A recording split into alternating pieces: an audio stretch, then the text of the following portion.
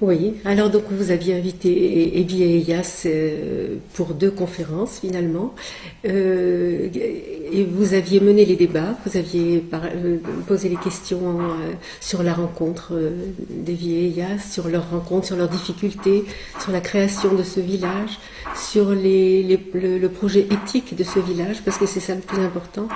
Et Evie, qui est francophone, répondait en français, et Elias a préféré parler et répondre en arabe. Et donc, vous aviez choisi un traducteur, Shaouki Kadiri, qui a très très bien traduit.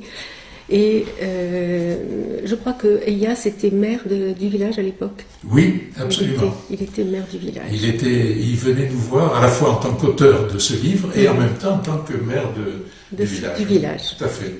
Alors bien sûr, je ne vais pas parler de ce qui s'est dit aux conférences, mais plutôt du débat qui a suivi, qui a été qui a eu un large impact auprès de la population vansoise.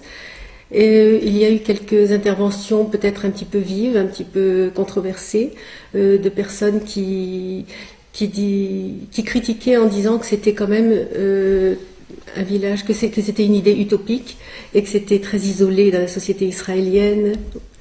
Mais en général, les personnes ont été très très intéressées. À ces questions un petit peu critiques, Elias a parlé beaucoup de l'école de la paix, qui est un petit peu le centre de ce village, qui est visité par des milliers de personnes qui viennent du monde entier. Et il racontait en particulier que lors de rencontres, quand il y avait des étudiants, des juifs et arabes qui venaient, à chaque fois ça se déroulait de la même manière, il décrit des phases très schématiques. On peut les décrire ici. Je crois que donc il dit que dans un premier temps tout le monde s'observe aimablement, parle gentiment, s'écoute.